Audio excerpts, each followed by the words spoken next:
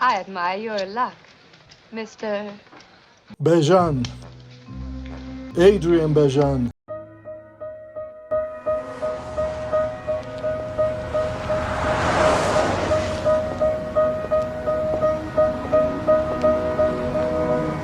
The constructor law states that for a system, a flow system, persistent time, which means to keep moving, to be alive, that's the definition of life for everything as physics. Then this thing that moves must have the freedom to morph, to change, to flow more and more easily for greater access. This is the mother of all visible design or organization that happens by itself. Before the constructor law has been categorized in physics as self-organization, self-optimization, animal design, technology evolution, government, and rule of law. All these things just happen naturally.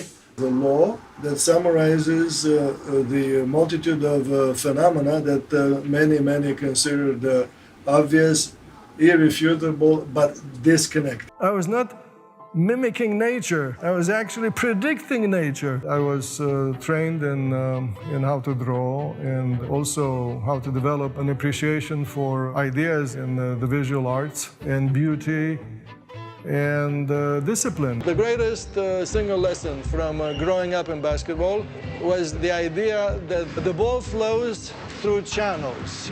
The channels are not rigid, they are constantly morphing. Basketball is actually a metaphor for the movement of the individual in society. It is the same kind of movement through channels that the individual tries to open up, and at the same time channels that others are in fact unwittingly trying to close down. To predict anything, including hierarchies, one needs a reliable mental viewing, an idea of how something should be, a principle, a law. Bejan says he discovered the law in 1996, and he calls it a first principle of physics. When Bejan thinks about the world, he imagines flow systems that must evolve over time.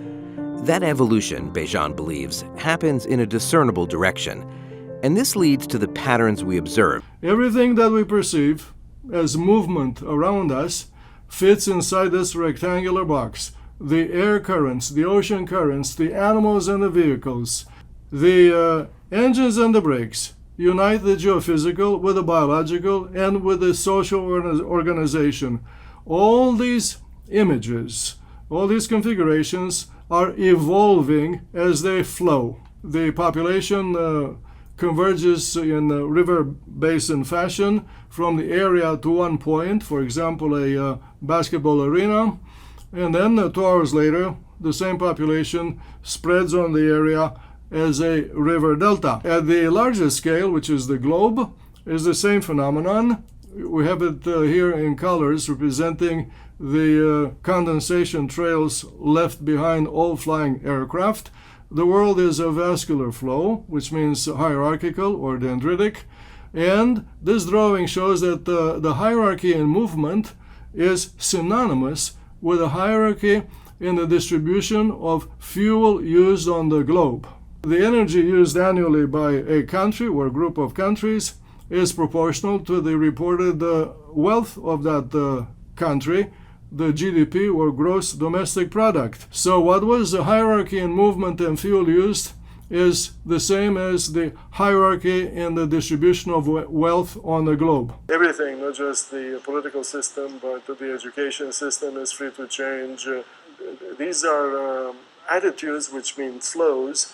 They are frankly and unfortunately non-existent in other parts of the globe. New ideas and artifacts spread the flow to distant patches of the territory that are not flowing and not known for generating innovation. Inventions and creative thought tend to occur more in places where they have occurred many times before. This is how the advanced countries, societies, and territories rose above others. They rose naturally because of freedom and because freedom is nature. So what do you guys have to say with a pride of lions eating behind you actually, with a glass of wine out in Africa? It's beautiful. And this is Africa. This is beyond my even beyond my imagination. Oh my God.